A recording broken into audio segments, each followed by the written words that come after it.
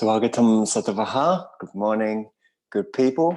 Let's start the yoga class forthwith and on. I presume you're all happy and well, and you can hear me as well. Give me a thumbs up if you can. Great. We're going to start in Tadasana. That is to say, the mountain pose. Tada is mountain. Feet close or together. The provision is that if they're apart, they must be level. You've got to check that you haven't got one turn in, one turn out, one forwards, one back. They need to be level.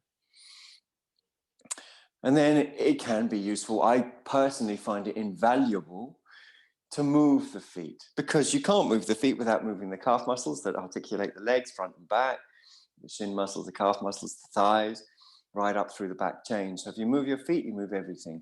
And if you move things, you hydrate things, right? And you melt myofascia as well. Myofascia is muscle fascia. So move your feet in ways that you can feel move the whole body. So the way I do it, and it's not to say it's the only way by any means, or even the right way for you, but I lift up the inside of one foot, then the inside of the other, and I sort of stretch the toes and the plantar fascia. That's the fascia on the soles of the feet. Many, many times, right? And I do that many times, sort of feeling into it, like you're massaging the tissues of the legs and the feet. If your feet are soft, you might find neck pain disappears. There's been evidence to show that that does actually work, huh? And vice versa. The arms are by the sides.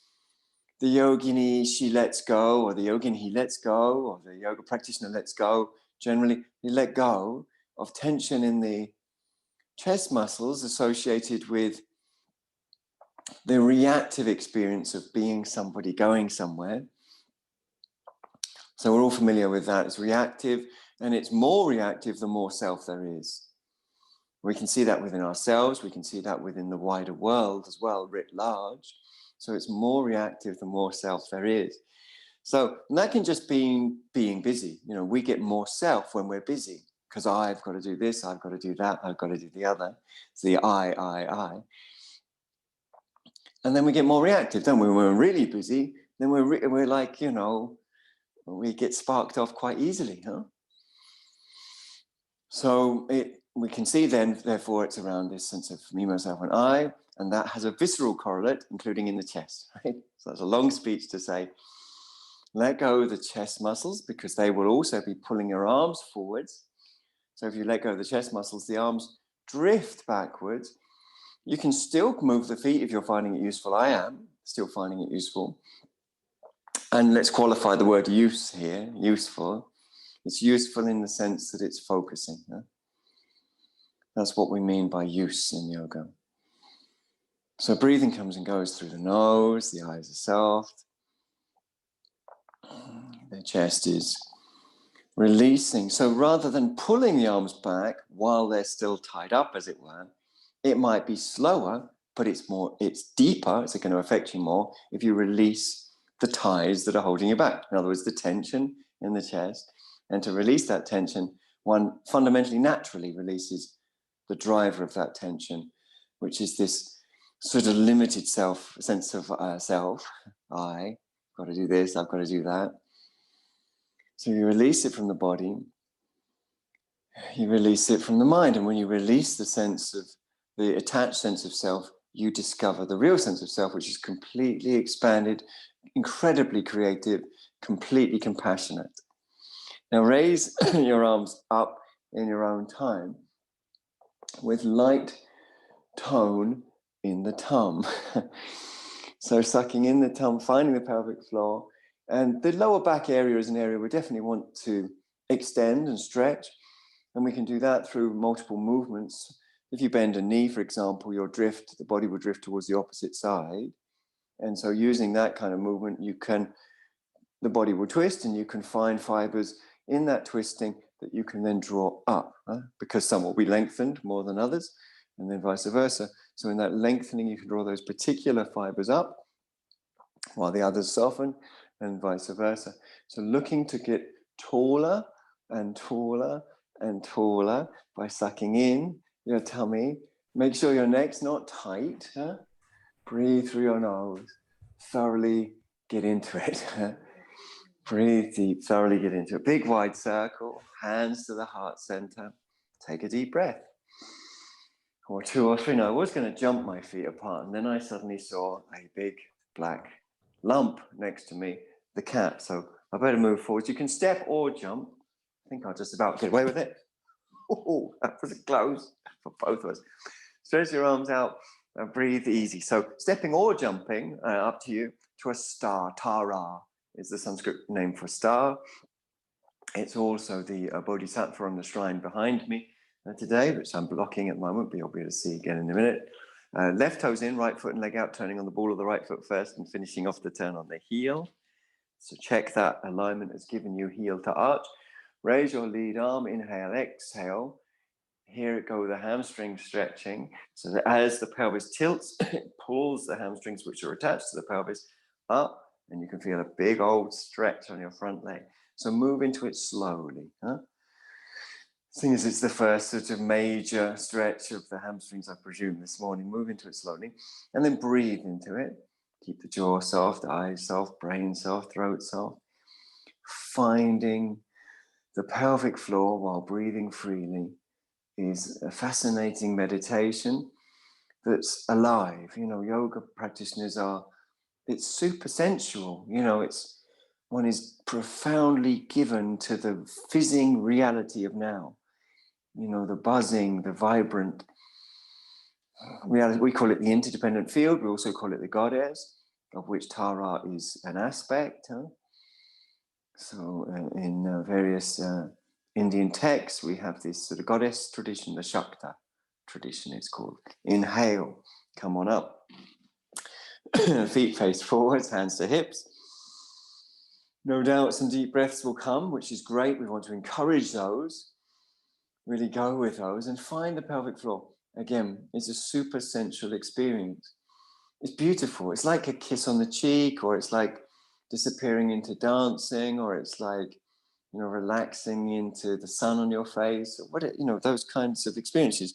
Turning the back toes in, still in that vibration. Front foot and leg out on the ball of the foot, finishing off the turn on the heel. Heel to arch is the alignment, which we'll double check. There's your opportunity now to double check. Raise the arms when you're ready and lightly tone the tummy. Yoga never gets boring because there's infinite nuance, and that's how it works.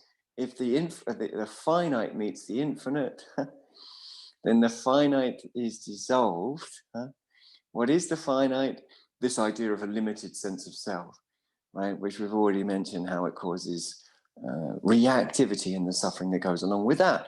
Inhale, exhale, slowly.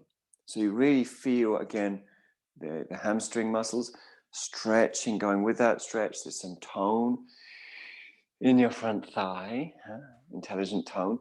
Breathing through the nose with soft eyes. Expressive breath. You can look up, but many people don't find that comfortable. There are several reasons why you might not. One should just be that we've side flexed the trunk. So we don't want to side flex the trunk. The side of your body should be smooth. You shouldn't have wrinkles and creases in it, indicating that you've bent from the abdomen. The movement is coming from the top of the thigh. It's the pelvis that's tilting, not the body. So that's one thing that can cause difficulty in turning to look up. Inhale, come on up. Good job. Feet face forwards. Deep breaths, plural. Now we are going to forward fold, so you might want to walk your feet closer together if you haven't got a brick block nearby, because most people need a brick block. Not everyone. I'm not going to get one because I don't. It's not necessary, but it's useful. We want to keep this whole area open from here to here, right? From here to here, all the way through. So we don't want to fold over the tummy at all. So that's why we have brick blocks. Anyway, whether you've got brick blocks or not, most of us probably will and should, and it's right to do so. Then we're going to spend a bit of time before we forward fold, just getting the feet attuned. So that might mean lifting the front portion of each foot and jostling and stretching and feeling. Relaxation helps. Calmness conditions connection. is a saying of mine. Calmness conditions connection. Because it does, you can repeat that as a mantra. The calmer you are, the more your energy extends out, like fern leaves opening in the spring. Inhale, lift up. Exhale, fold over the top of the front thighs, hinge from the hip joints, fingertips on the blocks, possibly on the floor if you've got short legs and long arms. But here we want, as I mentioned before, the anterior openness, the front openness, all the way from pubis through navel, through breastbone, so that this spinal column is in its natural position, like it would be if you were standing up. If you were standing up, there'd be a slight kyphosis, a slight outward rounding or a convex of the sacrum. There'd be a concave, an inward drawing on the lumbar, another convex on the thoracic, that is the rib cage area, and another concave in the neck. So these are also the natural curves of the back. Sometimes people call it a flat back, but it's not really flat, it's sort of natural, So as I've just described, there's a concave in the lumbar.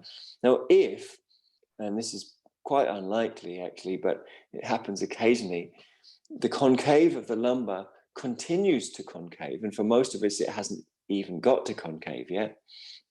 But if it continues to concave because the hamstrings are releasing and the pelvis is tilting, there's an outside chance that the lower back starts to feel squashed by that, because the tissues of the bottom of the ribs and the top of the pelvis squeeze the tissues together.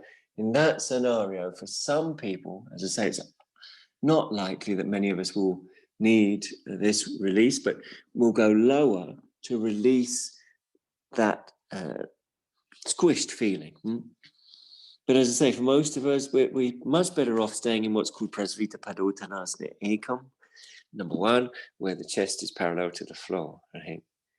Now walk your feet towards each other a little bit. Go onto your fingertips on your blocks and come slowly and calmly up, drawing down to the heels from the sitting bones. Not too fast, nice and calm. Okay, well done. Walk your feet towards each other and then kick out a little bit. Shake out, kick out, shake out, kick out. Now, when you're ready, just give your hands a little jazz hand moment and the whole body a little jazz body moment, and breathe into it. So just shake out any way you want. It can be a Kermit the Frog or something, milder. Obviously, the body is what it is right now, so we listen and respond appropriately. We've got the feet close together. We're just moving the nerves of the upper back in any way that feels helpful to us. And we're getting ready to stretch the arms right out, which we can do now. I'm just going to adjust my microphone for this. We're going to stretch the arms right out, lift the chest, take the right arm over the top of the left arm and just hold it there for a moment. So you can cup with your hand and just hold it there. Take 2 or 3 breaths or more. And then we're going to release when we feel we want to. You might want to hold longer because it feels good. And we do it again, right? And you can do it a few times with as longer pause as you like, right? And eventually, the arms will wrap around each other. It could be that the back of the hands come together, or it could be that the palms of the hands come together. But it's worth saying that lots of little movements, you get a lot further by taking lots and lots of little movements than if you try to do everything all at once, right? You get a lot further by taking lots and lots of little movements than if you try to do everything all at once. Taking deep breaths, keep your eyes soft, keep your brain soft. This is quite an amazing stretch, but it's something you've got to breathe into. Some people feel compressed on their chest. Their arms are pressing down on the chest, and it affects the breathing. So yes, you can lift the arms up off the chest if you want, but try to accompany the arms as they lift up and inevitably forwards. Accompany them with the shoulder blades. So imagine the shoulder blades and feel the shoulder blades going deeper into the back ribs, and breathe into that. The shoulder blades going deeper and deeper and deeper and deeper and deeper into the back ribs, right? Now there's 2 other options here. the bent knees, both bent and coming to a squat, or partially bend both and take one leg, the opposite one to the top arm, whichever arm's on top, this will be the opposite leg on top, and then wrap around slowly. You never force this. The toes don't always go all the way around, they sometimes don't. And as I said, there's the other option of coming down lower, but with both feet on the floor, so you don't have the legs wrapped around. So two options: not wrapping the legs around and squatting, or wrapping the legs around and coming a little lower. That way, take your time, breathe into it.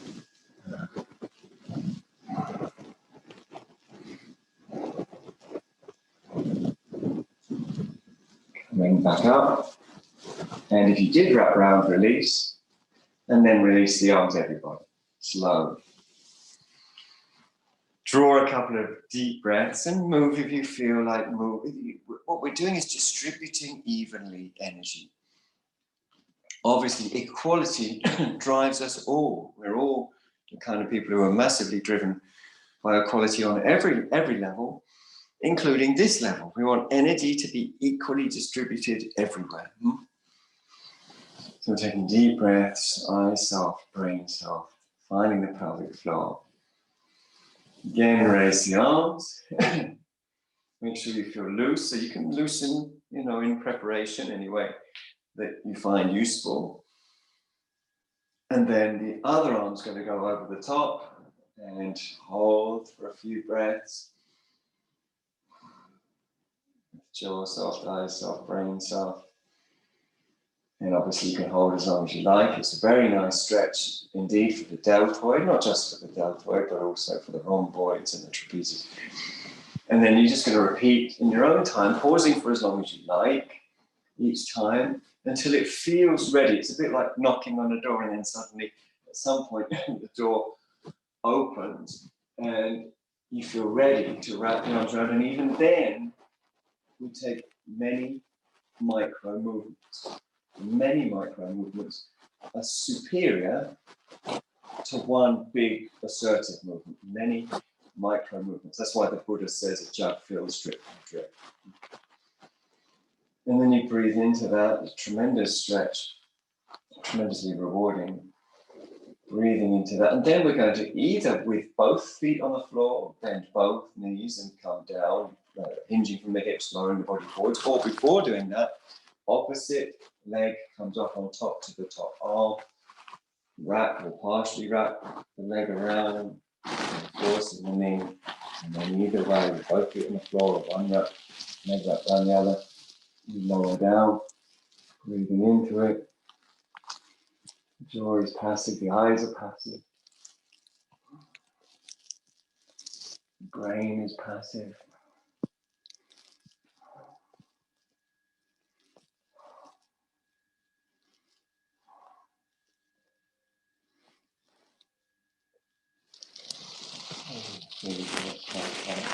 Take your own time to ascend.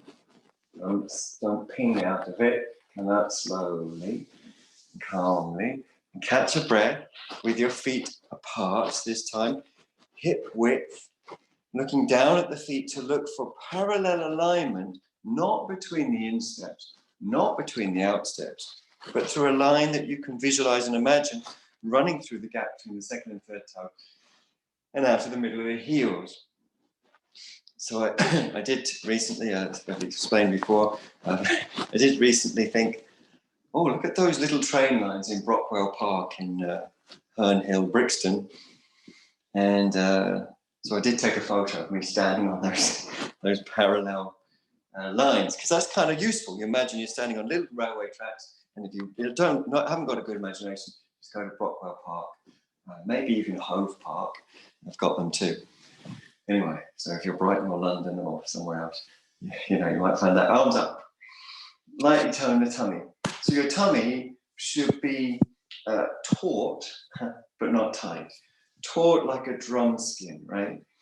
So, and the idea is that it draws in and up, and as it draws in and up and you raise your ribs by raising your arms, it begins to pull on the front pelvis, which means the back pelvis lengthens downwardly. giving you and me an opportunity to release muscles like superficially the quadratus lumborum, but more deeply the psoas, which you can really feel into. Obviously, we don't neglect anywhere. Equality. That's the thing, isn't it? Equality. So you don't want to be doing great things for the lower back, but forgetting your neck.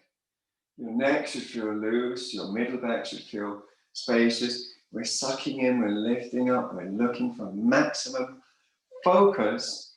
We're coming into the middle. We were lucky the other day to have a lovely talk here in this very room on our satsanga that we had here. And we had a lovely talk on Kundalini and by Anne Matthew. And she mentioned and talked about why the practice of Kundalini is there. She touched on that. I was very pleased to hear that. And of course, why we focus on this Kundalini is to come into the middle. That's the whole point. It's not for some sort of physical experience. You know, Kundalini experiences are quite common and they're not an indicator of anything in particular. But if you use them to center yourself, right, to be in the very middle, then you understand non-duality, non-duality. Why we practice yoga. Okay, big, wide circle, hands to the hips. Just adjust this microphone for even better sound quality. Hands to the hips. Now we are going to fold. I'll just go sideways on. You don't need to do this, but just in case you need a better visual reference. Again, blocks could be useful here. If you used them before, or perhaps you didn't use them, but you might have been better off using them. Put them in front of you. I've got a big cat there instead. Anyway, we're going to lift up from the groins. Inhale. Keep the whole front body open. Exhale. Extend. Hinge from the hip joints. Fold over the top of the front thighs. Hands down to your bricks, because it's unlikely, or brick, or or whatever you've got that you can put under your hands. It's unlikely that most of us will keep the anterior spine open and have the legs straight. Right? It's just the circumstances for that are only twofold. One is you've got super short legs, super long torso, super long arms. Quite an unusual anatomical situation. The other, of course, is you've got very, very flexible hamstring muscles, right? So that could happen. Of course, regarding the hamstring muscles, hopefully now you've all got blocks, or, unless you've got those two less common circumstances. And then we can move with our whole anterior spine open. So your navel, right down through the pubic area should be open. You're not closing over the navel. They're not folding over the navel, over the belly button. And we can move because we know what happens in the feet, what happens in the legs, happens in the back. So if you move your feet, for example, sometimes people like to lift the feet or the front part of the foot and then bring it down again, or other movements, whatever works, or movements of the pelvis. Everything affects everything. More freedom in your feet will give you more freedom in your back. More freedom in your back will give you more freedom in your feet. Right? So this is Uttanasana, and I hope that everyone's got the anterior spine open. That's your priority. Sometimes our pride gets all confused and we think, I'm doing better at this if I don't use blocks. That could well be incorrect. You could be doing much worse at it, going entirely the wrong direction by not using blocks. Because remember, we want to keep the middle open so we can fall into the middle. That's non-duality. That's the purpose of yoga. Now, whether you're using blocks or not, we're going to bend the knees more, right? So bend the knees more until your ribs now touch your thighs, right? Until your ribs now touch your thighs. And take a few breaths.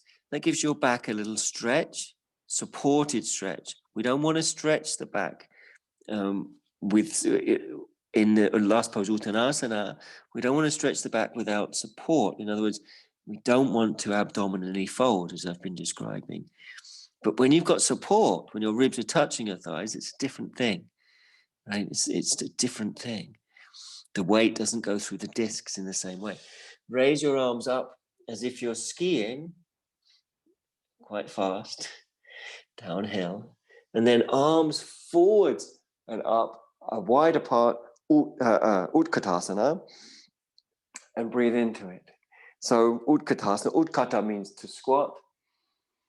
Breathe into it, play into it, release the roots of the neck. Aligning means moving in any way that you need to. You know, sometimes one might lift one heel a little bit and then the other, or bring the arms back or forwards, or turn the heels of the hands out. If you have a tendency to be knock-kneed, you know, this is a chance to work on that gently. Stand up, take a circle, hands to heart, take a breath, feet together, Tadasana, Namaskara. So opportunity to take some deep breaths, Tadasana, Namaskara.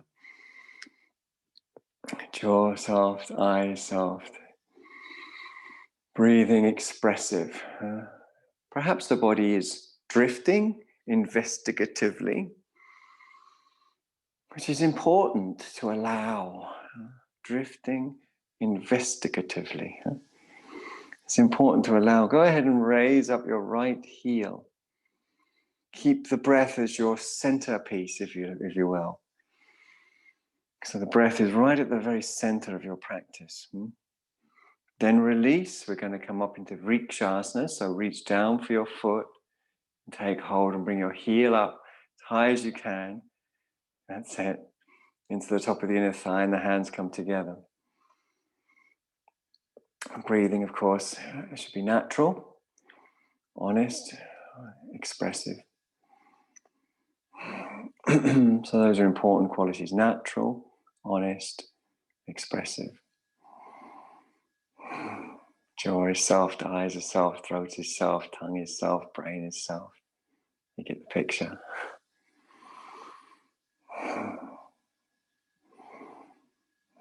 Natural, honest, expressive.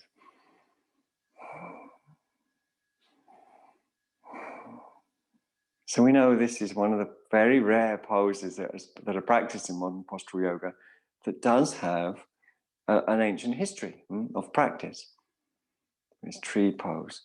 We know it just as standing on one leg. The traditional way to do it, according to the text, is to hold a stick. We haven't got one, so you can imagine holding a stick, and then raise that stick up above your head. So the practitioners were possibly called Danda Swamis. And Danda means stick. Swami means master of oneself.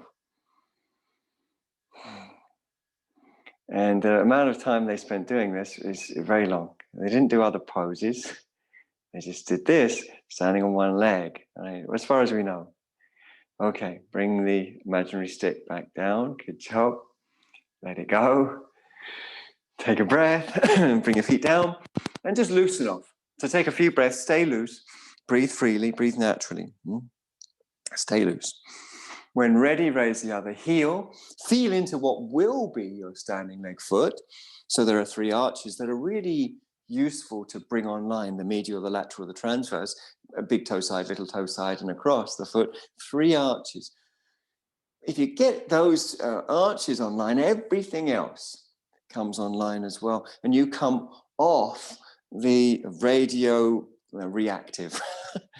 Right? We explained at the beginning of the class how this sort of attachment to self causes us to become reactive. That's it. That's why there's a reactiveness.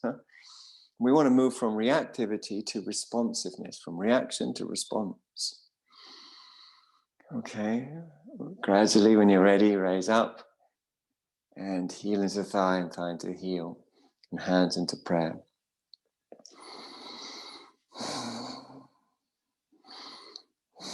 Breathing easy. So this is sort of wobbly fun, I call it. I've never failed to find the benefit in this marvelous pose, Vrikshasana, Vriksha meaning tree. Hold your danda, your stick. So this is first clearly attested from the time of Alexander the Great. So this is 350 before Common Era. So that's 2,350 years ago. And obviously they didn't just start doing it for the benefit of Alexander the Great. They'd obviously been doing it at least quite a while before. So we could safely assume, I think, that this has at least a 2,500 year history, this practice. The purpose slightly different from the purpose that many people practice modern postural yoga, but essentially to get off the wheel of samsara, compulsive, conditioned reactiveness. So that is similar to our goal, to move away from reactivity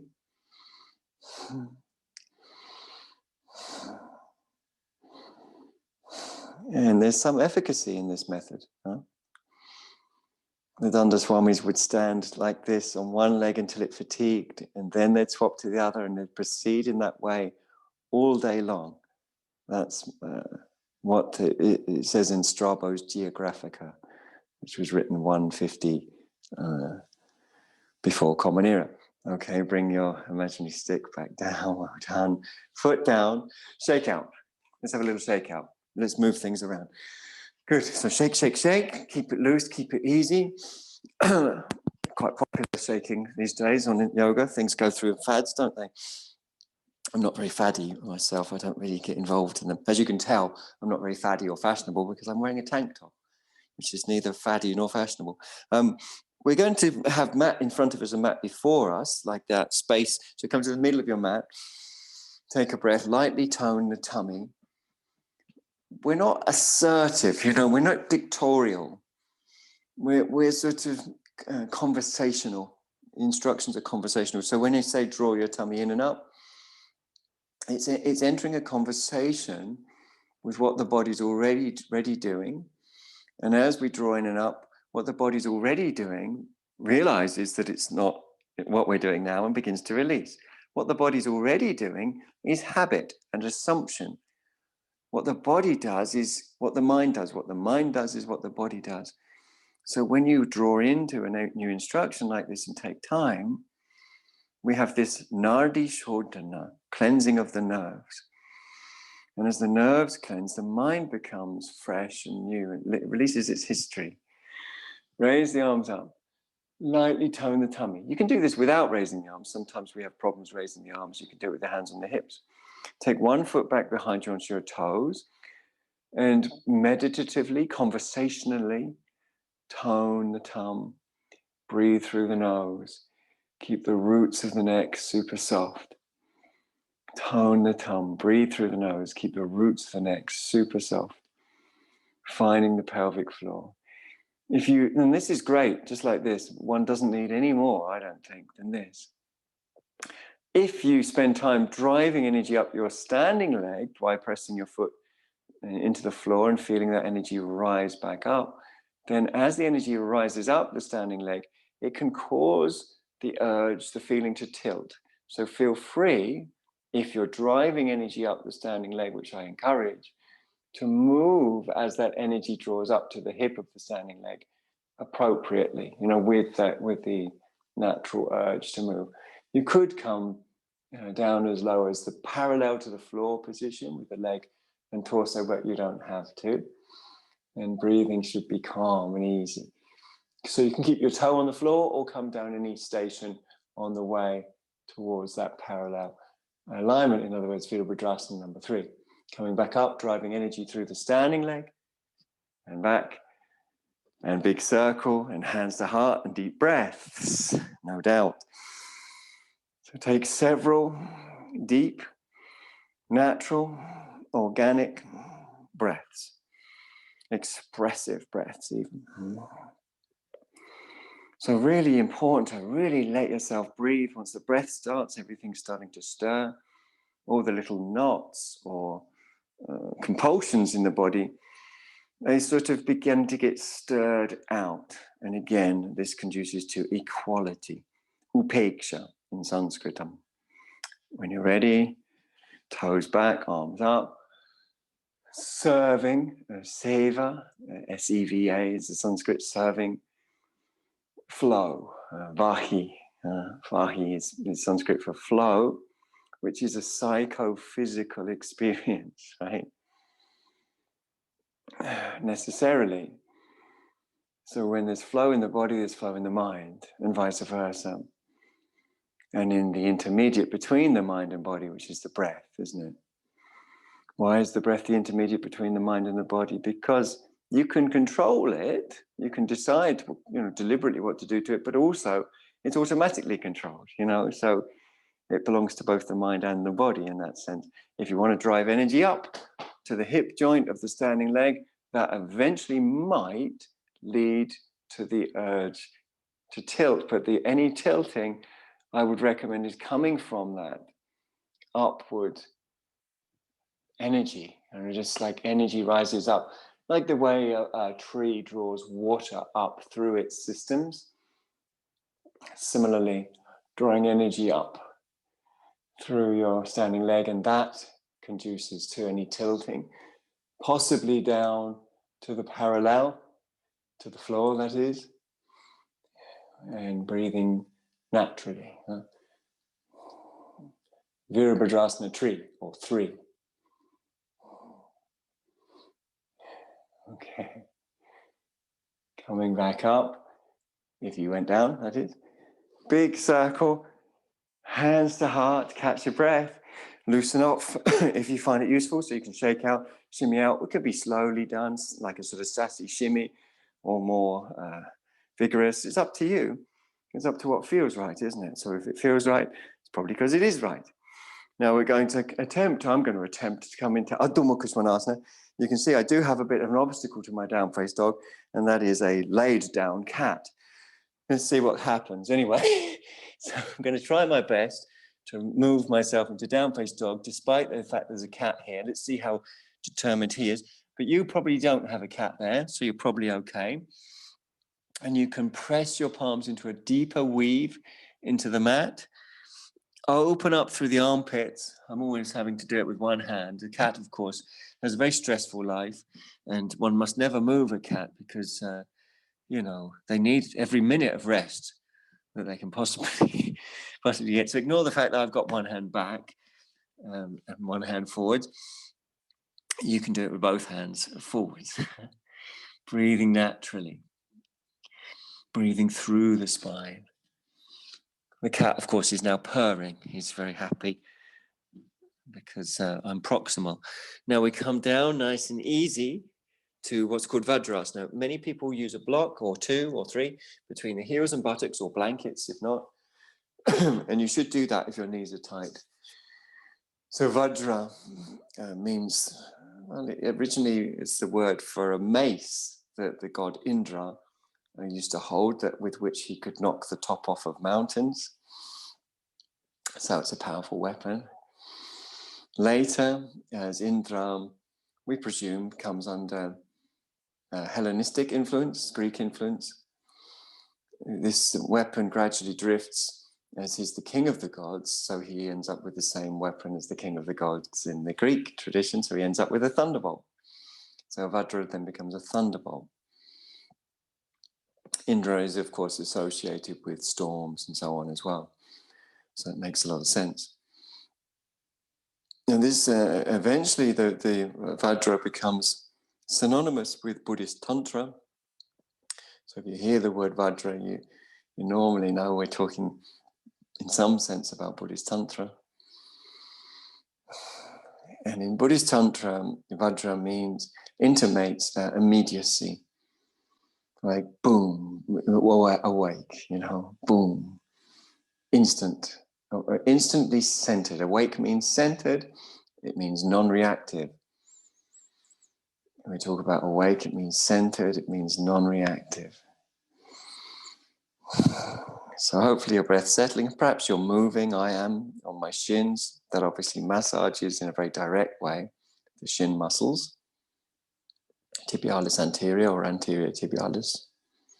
Depends on what book you're reading. The calf muscles as well. They're squished, and if you move squished muscle, different bits get squished more and then released. And not just those muscles, obviously you've also got your heels into your buttocks. You can feel that, right? So you're squishing different parts of the buttocks, or the buttocks are being squished by the blocks if you've got blocks there. And we could go on, you scan through the body, you can feel your lower back muscles are elongating and shortening in turn. So that's a form of squishing. Okay, great. Release your hands. I think it's a lovely pose, actually, Vajrasana. It can easily be underestimated, I think. We're going to come to Dandasana, which I've got just about enough room to do with the cat here. So we're going to use blocks, probably. If you've got blocks, you have the short end to the short end. Let me show you what I mean by that.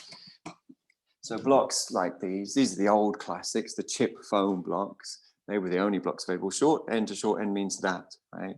Short end to short end. That's long side to long side. That's short end to short end. So let's all sit on those. It doesn't, some people won't necessarily need them, but some will. If you've only got one block, that's fine. You can just sit on one. That will work just as well. But two is ideal because it gives you a platform for your hands as well. You draw the buttock flesh out and back, come to the inner front edge of the sitting bones multiple times, and sit up tall and breathe through the nose, as I said. Coming to the inner front edge of the sitting bones, it's really important. So let's reiterate that intention. So visually feel, call yourself to witness, inner front edge of the sitting bones. Then we take our hands level with the knees. Just move the hands to move the rotator cuff muscles. They're muscles that attach your arms to your shoulder blades. And then drag your hands back, and we'll stretch the muscle we started stretching at the beginning, the pectoralis, chest muscles. Head in line with the spine, eyes soft, breathing easy, jaw soft. And of course, we're not rigid. Everyone knows that, rigid structures are weak structures. Structures that have some fluidity to them are strong. So we want fluidity by moving left, right, forwards, backwards. Breathing, of course, into the movements as we take them. Jaw soft, eyes soft, brain soft. Now the movements we're taking, of course, melt extraneous myofascia, but furthermore they tune us in. They tune us in on light lift, tuning us out of habituated psychophysical tendencies. So this is the first station, and one day I'll do a workshop on the 8 stations of Dandasana, but the first station is normally will occupy you for as long as we've got, right? Looking for lightness in the lumbar by ranging around. That's station 1. Just in case anyone's interested, on top, each station comes on top of the one before. It's not instead of the one before, they happen simultaneously. It's just in case anyone is interested. Second station is drop lifting, which happens on top of the first station. And that's where the thigh bones at the top drop, like a stone drops into water in the spine, boom, goes up, boom, right, boom. Right. Third station is broadening the feet from big toe side to little toe side, and the meditative depth in the hip joints that goes with it. I won't go through the other stations now, so we've got enough. Okay, release nice and easy. And then come off the blocks. I've actually never, ever publicly revealed all 8 stations, not because I'm being secretive, because I think we've got enough going on with just one. Now we're going to take our blocks. If you've got 2 blocks, you again keep them long side to long side. If you've got longer legs, you can have a gap between them. If you've got longer shins, my shins aren't particularly long. I'm 5'9.25". It used to be 5'9.5". But that's what happens as you get older.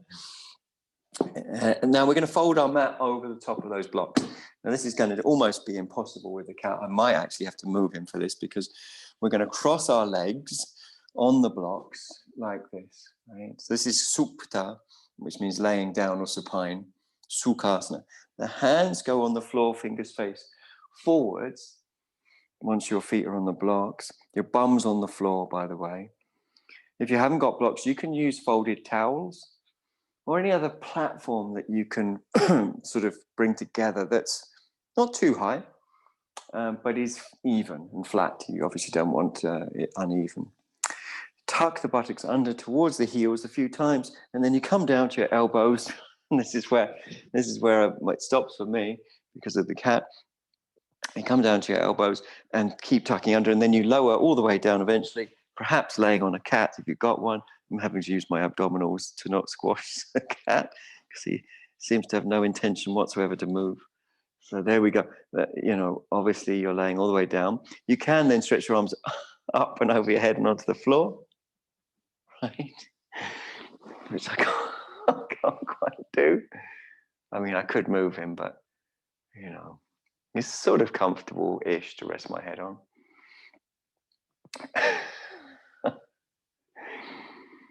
Deep, natural breaths.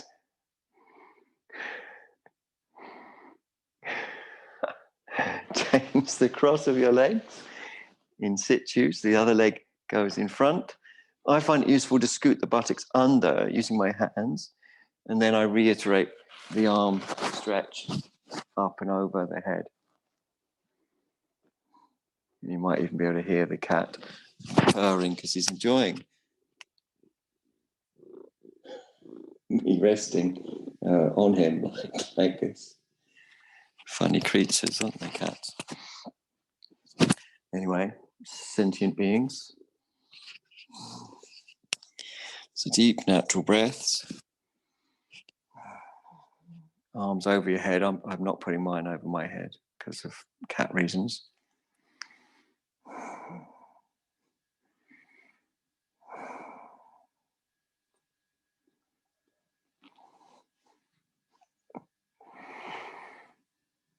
Okay. It's a lovely pose to stay longer.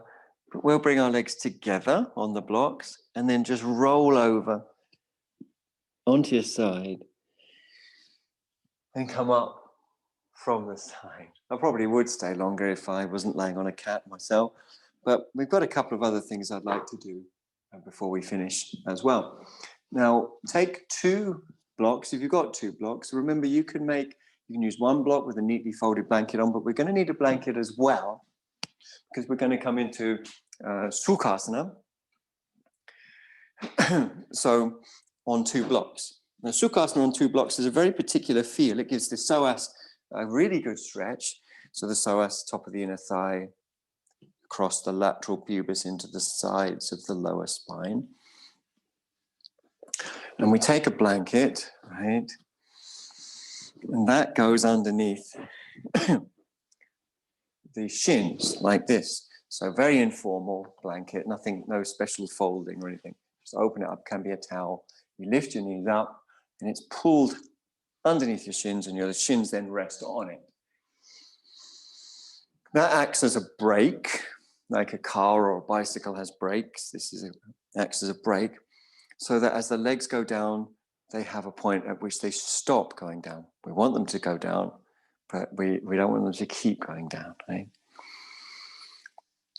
Hands on the legs, palms facing down, breathing through the nose. Once you're in position, so Sukhasana. Breathing through the nose, in and out.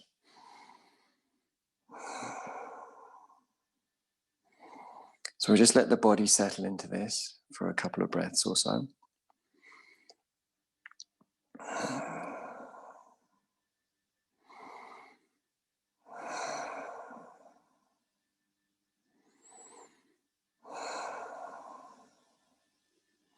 In the Yoga Sutra, 400 Common Era, very little is said about the breath, about pranayama. Pranayama is, of course, listed in one of Patanjali's systems, the system he calls Ashtanga.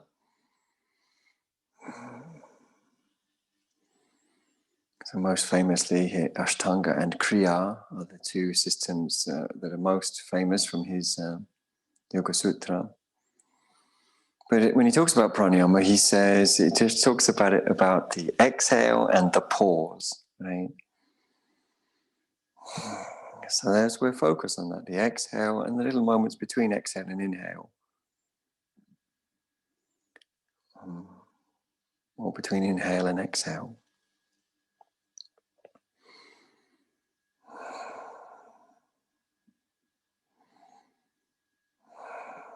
Now, we're going to imagine an area of the central channel. We've talked about being centered, the value of it. We talked about why Kundalini is mentioned. It's sometimes known as Chandalini in Buddhist traditions, which means a fierce woman. Kundalini means she who is coiled. Kunda just means coiled, and the ini ending intimates the feminine. So Chandalini, Kundalini. And in this practice, we imagine part of the central channel that ends at the bottom of the breastbone. But then let's measure this together. Take 4 fingers on the top of your head, right? 1, 2, 3, 4. That's it. Now 4 on top of that. And then 4 on top of that. If your maths is good, you'll realize that's 12. Put your hand at that point. That's the top point of our central channel for this practice. And the bottom point is the bottom of the breastbone, right? So that point's called the Dwadash Anta. Dwadash Anta is the end of 12. Anta means end of, like you get in Vedanta. So breathing in from this point, imagining as you breathe in, you come down to the bottom of the breastbone. And as you breathe out, you return to the Dwadash Anta. It's the first part of our exercise. Imagining the breath coming down with the inhale and going up with the exhale. And remember, we're still focusing, as Patanjali recommends, on the pauses, those moments between the end of the inhale and the end of the exhale.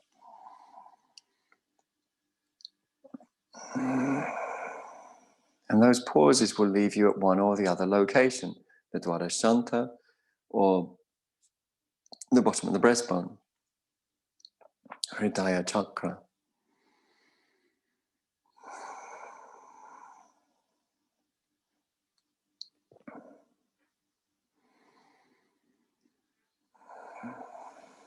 So this is breath combined with attention, combined with visualization. We've entrained 3 elements together so far.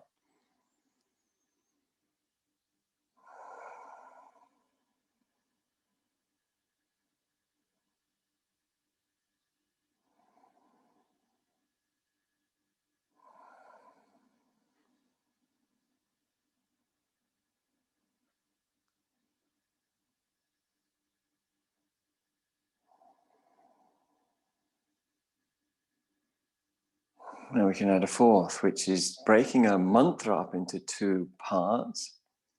Bud, ho, awake. Bud on the way in, ho on the way out. So we've got 4 elements. We've got breath, we've got attention, we've got visualization, and we've got mantra.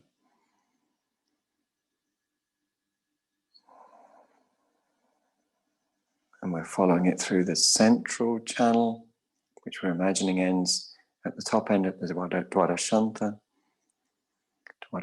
and the bottom end at the Hridaya Chakra, at the bottom of the breastbone.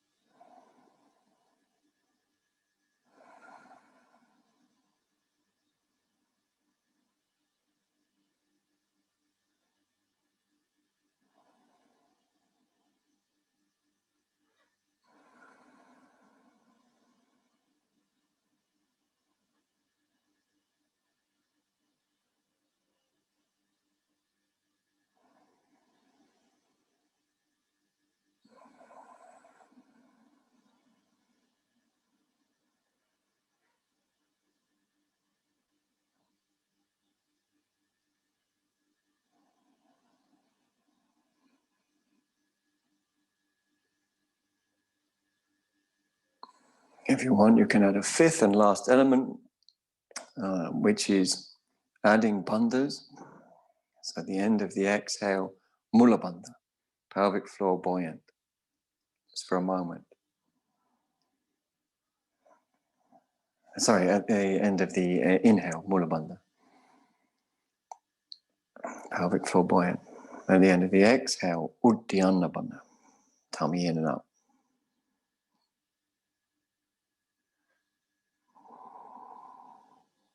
You hold these bandhas as long as you want.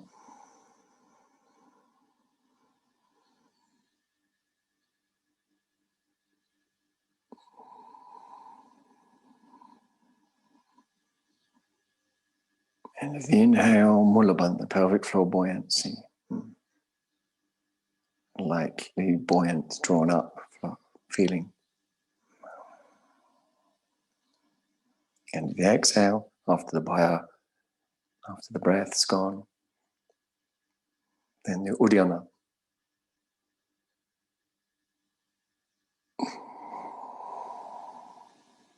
One more round.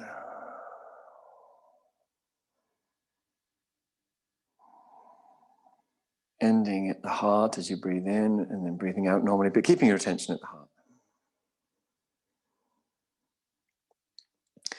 Bija for the heart, Hrim. We're going to chant it, we're going to visualize the heart area as we chant it just once together. Hrim. Take a deep breath in, inhale. Hrim.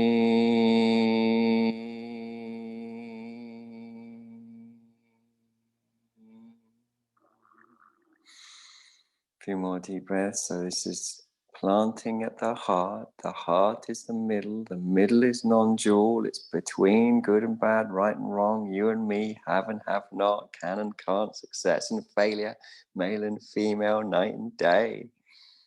On and on. It's the middle. The middle. This is the still point. The middle is the still point. The center is the still point. Releasing our hands. Would be impolite not to do Shavasana at the end of our practice. And we have 3 whole minutes for it. So I'm quite on time today, which is impressive. I'm impressed by myself. Make sure you're nice and warm.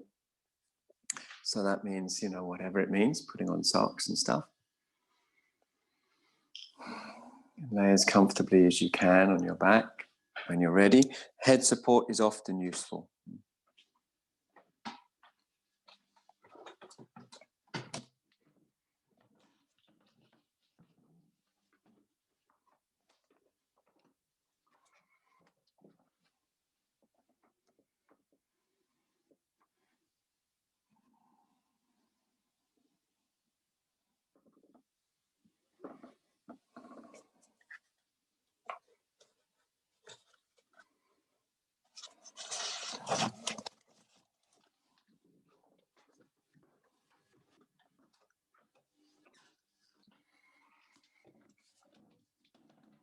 Head support is often useful. The hands should be away from the body, shoulder blades tucked under, palms facing up.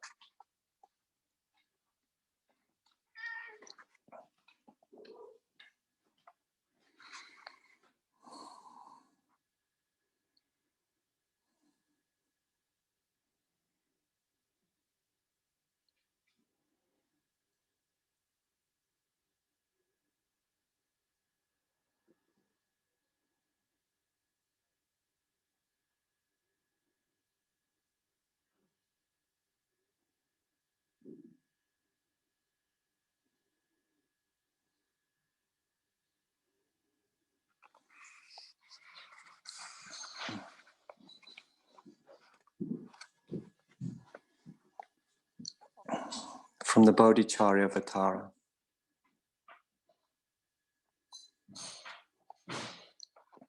May I be a light for those in need of light. May I be a bed for those in need of rest. May I be a servant for those in need of service, for all embodied beings. For embodied beings, may I be a wish-fulfilling jewel, the pot of plenty, the spell that always works, the potent healing herb, the magical tree that grants every wish, the milk cow that supplies all wants. Just as the earth and other elements are profitable in many ways to the immeasurable beings dwelling throughout space, so may I be subsistence of many kinds for the realm of beings throughout space until all have attained release.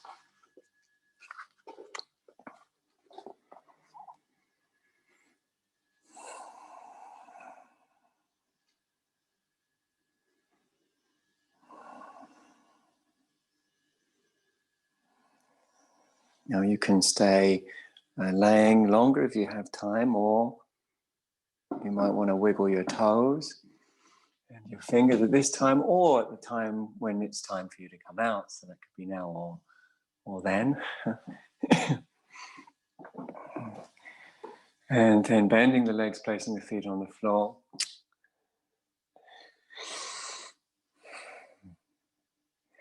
And rolling over onto your left side, laying as comfortably as you can there. Then to the right side.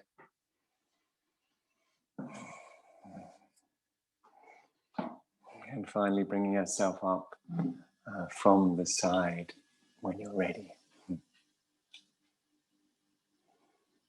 Thanks, gang.